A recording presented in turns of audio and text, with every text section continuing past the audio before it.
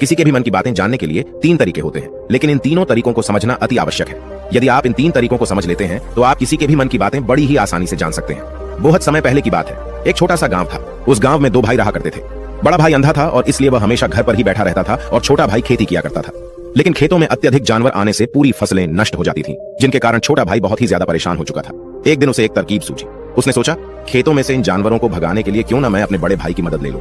वैसे भी बड़े भैया अंधे हैं, खेतों में बैठे रहेंगे और जानवरों की आहट आने पर वह उन्हें जोर से चिल्लाकर भगा भी सकते हैं, जिससे हमारी फसलें नष्ट होने से बच जाएंगी। यह सब सोच विचार करने के बाद उसने अपने खेत में एक झोपड़ी तैयार कर ली और अपने अंधे भाई को खेत में बैठा दिया और उनसे कहा, भैया, यदि कोई जानवर की आहट आपको सुनाई दे तो आप जोर जोर से चिल्लाना।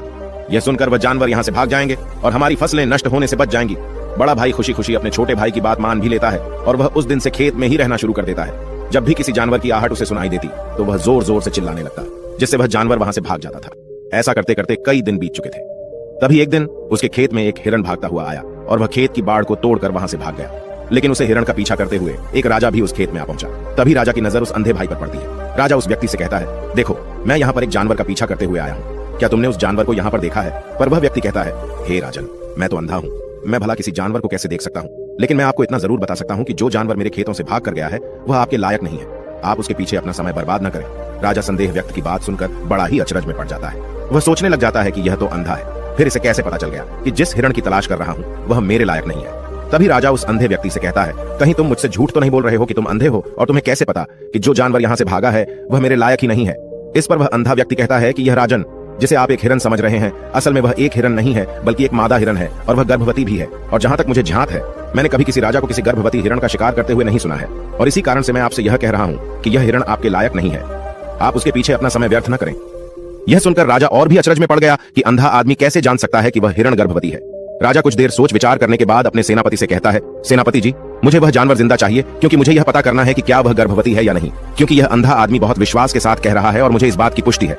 यदि वह हिरणी हुई और गर्भवती भी हुई तो वह हमारे शिकार के लायक नहीं है, क्योंकि हम तो एक हिरण का पीछा कर रहे थे। इसलिए जाओ और पता करो, क्या वह हिरणी है? सेनापति राजा से आज्ञा लेकर आगे की ओर चला गया और कुछ देर बाद जब वह वापस लौटा तो वह राजा से कहता है, हे राजन, इस अंधे आदमी ने आपसे जो भी बातें कही थी वह बिल्कुल सही थी। वह एक हिरणी ही है और वह गर्भवती भी है। यह सुनकर राजा आश्चर्यचकित हो गया। वह सोचने लगा कि एक अंधा आदमी जो कभी देख नहीं सकता वह यह कैसे जान सकता है? आखिर इसे कैसे पता चल गया? ऐसे कई सारे प्रश्न राजा के मन में उमड़ने लगे।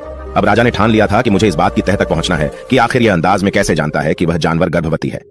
यह सोचकर राजा उस अंधे आदमी के पास जाता है और उस अंधे आदमी से कहता है, देखो, मैं यह तो नहीं जानता कि तुम सचमुच में अंधे हो या नहीं, लेकिन मैं तुमसे एक बात जानने आया हूं।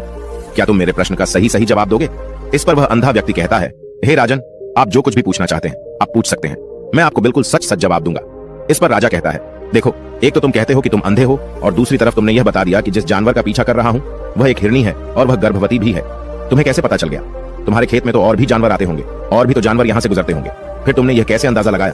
तभी वह अंधा व्यक्ति राजा से कहता है, हे राजन, आप जिसका पीछा कर रहे थे वह जब मेरे खेत में आई तो उसकी रफ्तार और उसके भागने की आहट से मुझे यह एहसास हो चुका था कि वह एक हिरणी है और मेरे खेत की जो बाड़ है, जो जानवरों को रोकने के लिए खेत के चारों तरफ बनी है, वह बहुत छोटी है, उसकी ऊंचाई ज्यादा नहीं है। लेकिन वह जानवर इस बात को तोड़कर भागे और यदि वह इस बात को छलांग लगाकर पार करने का प्रयास करती तो इससे उसके बच्चे को खतरा हो जाता और इसी बात से मैंने यह पता लगा लिया कि वह गर्भवती है। इस पर राजा के मन में एक और प्रश्न उठा। राजा ने कहा कि तुम्हें कैसे पता चल गया कि वह एक हिरणी ही है और भी 2 जानवर यहाँ से आते जाते होंगे? इस पर वह अंधा व्यक्ति कहता है, राजन, मैं पूरा दिन सुबह शाम यहीं पर बैठा रहता हूँ और मेरे सुनने की शक्ति बहुत तेज है। मैं भांप सकता हूँ कि कौन सा जानवर मेरे खेत में आया है और उसी के आधार पर मैं जोर जोर से चिल्लाता हूँ ताकि वह मेरे खेत से भाग जाए और मेरे खेत की फसलें नष्ट होने से बच जाएं। राजा उस अंधे आदमी का यह जवाब सुनकर पूरी तरह से संतुष्ट हो चुका था। वह मन ही मन सोच रहा था कि आदमी भले ही अंधा है लेकिन यह तो बड़ा ज्ञानी मालूम पड़ता है, इस आदमी से कुछ न कुछ तो काम निकलवाना ही चाहिए। यह विचार लिए राजा वहां से वापस अपने महल की ओर लौट जाता है। कुछ दिनों के बाद राजा अपने सेनापति को आदेश देता है कि जाओ और उस अंधे व्यक्ति को महल लेकर आओ। सेनापति अपने राजा की आज्ञा का पालन करता है। वह तुरंत ही उस अंधे आदमी के पास पहुंचता है और उस अंधे आदमी को राजमहल चलने के लिए कहता है। अंधा व्यक्ति बड़ा ही चालाक था। वह समझ चुका था कि राजा जरूर मुझे कुछ न कुछ काम सौंपने वाले हैं और वह काम मुझे मुसीबत में डाल सकता है, लेकिन फिर भी वह सेनापति की बात मान ली और सेनापति के साथ राजमहल पहुंच गया। राजमहल पहुंचते ही राजा उस अंधे व्यक्ति से कहता है, आप तो बड़े ज्ञानी हैं, आपको किसी भी बात का पता बड़ी आसानी से चल जाता है।